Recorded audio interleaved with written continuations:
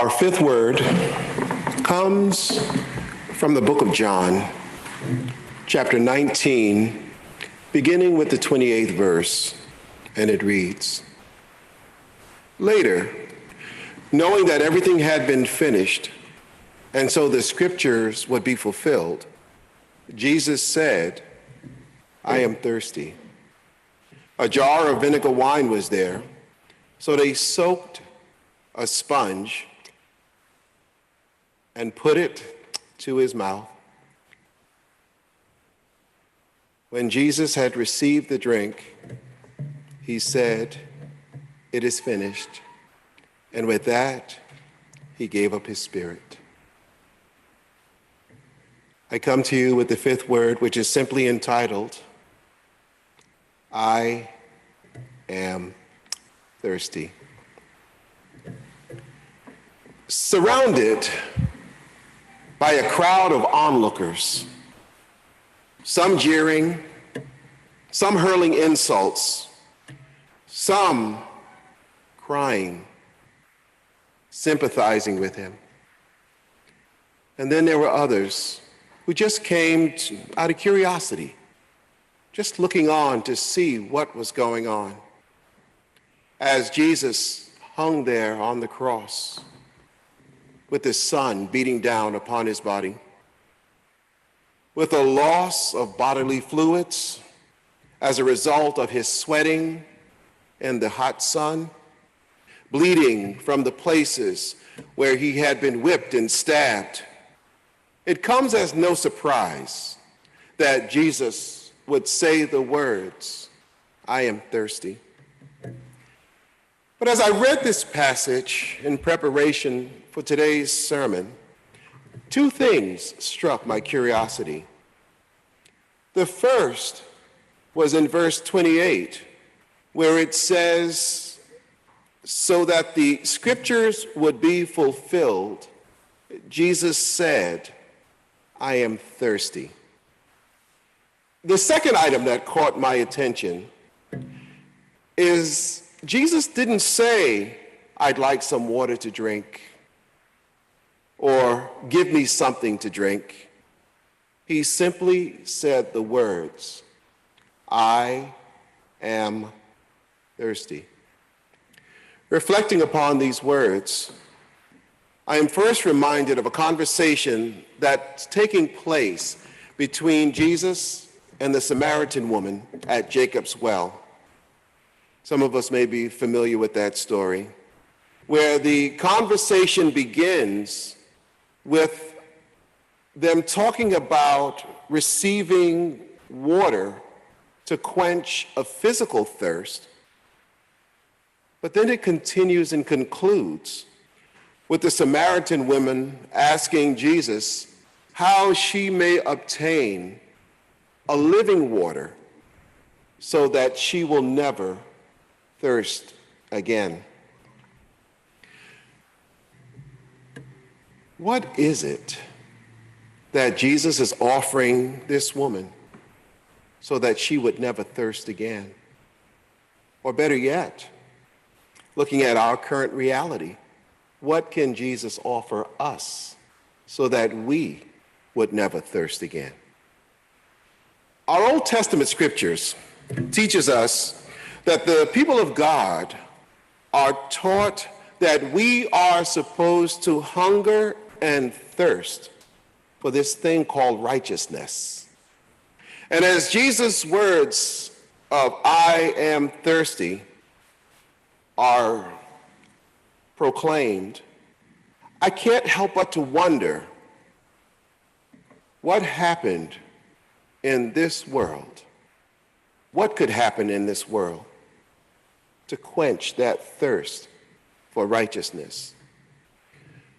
Every day, when we are blessed to wake up and to be a part of another day that God has created, we are bombarded with so much bad news. News of death, destruction, disease and poverty, wars, and rumors of more wars to come. With all that bad news floating around, it seems that People have received that and allowed that to give them permission to abandon the commandments that God has given us, to love the Lord our God with all our heart, mind, soul, and strength, and to abandon the commandment where it calls us to love our fellow human beings the way that we love one another, the way that we love ourselves. And as they abandon this and fall further and further away, this thirst for righteousness grows stronger and stronger every day. In watching all of these things play out in the world around us, I've also listened to a lot of people who say with defeated voices, well, there's nothing I can do about it.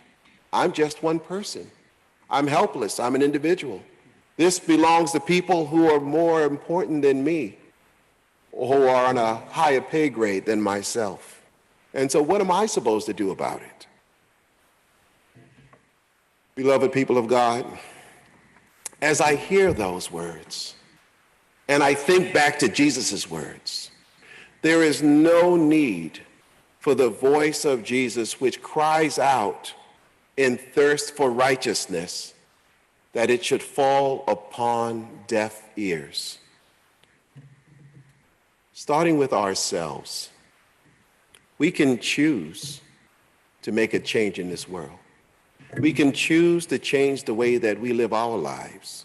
We can change the way that we live our lives so that we are an example of what God in us looks like for others. God expects us to live a life that brings him honor, that brings him glory, by the way that we treat each other, in the things that we say, and in the things that we do. The real simple way to put it is to simply say that we are supposed to live by that thing called a golden rule. Anybody ever heard of that? Let me see some hands. Anybody remember the golden rule? What is it? 1, 2, 3. Do unto others as you will have them do unto you. Sounds easy, doesn't it? We are called by God to live a life that speaks in defense of those whose voices have been silenced due to oppression and all of the isms that give people permission to look down upon another human being.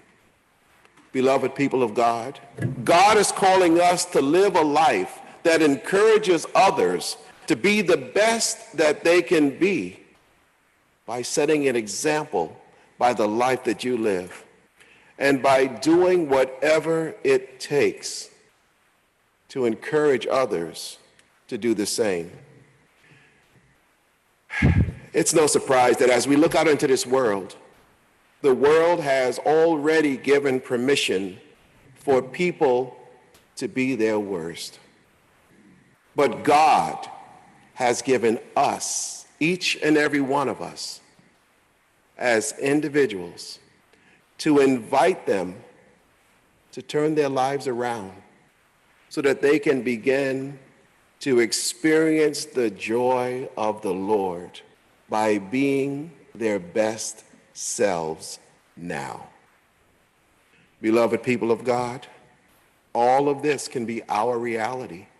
All of this starts with us by doing our part to quench that thirst for righteousness.